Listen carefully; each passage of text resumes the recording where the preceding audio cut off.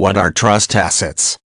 Trust assets are those assets including property, money, or other tangible and intangible goods that are held in a trust.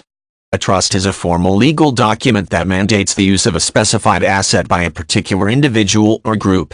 The person establishing the trust may maintain control over the trust assets, which ends at a certain point, often at his or her death, or may relinquish control to the trust entirely. A trust is formed to provide a method of split ownership and to protect assets. For example, assets in a trust can pass seamlessly at death without going through the probate court. If an asset is wholly owned by a trust, and the trust's name is on the deed, that asset may not be accessible to creditors in bankruptcy unless the trust itself goes bankrupt. When a person establishes a trust, they must establish a trustee and a beneficiary. The trustee is the person who oversees the management of the trust assets.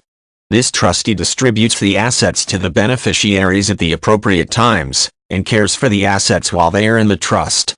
The trustee has a fiduciary duty to maintain the trust assets appropriately, which means they cannot take them and use them for their own purposes, or behave irresponsibly and squander the trust assets. One or more beneficiaries can be named to control trust assets. For example, a person could set up a joint trust for himself and his spouse. Both he and his spouse are the beneficiaries of the trust, and are entitled to the control and use of the assets that are held in the trust. However, neither he nor his spouse fully own the trust assets. The trust itself does this. Numerous types of trusts exist. Living trusts, irrevocable trusts, and marital trusts are all different types of trusts. Any of these types of trusts can hold the same type of assets. The differences lie in who the beneficiaries are, and how and when the assets are distributed. Conditions can also be placed on the disbursement of assets within the trust. For example, it is common for people to set up a trust in which the assets are distributed when a person reaches a certain age, or accomplishes certain milestones.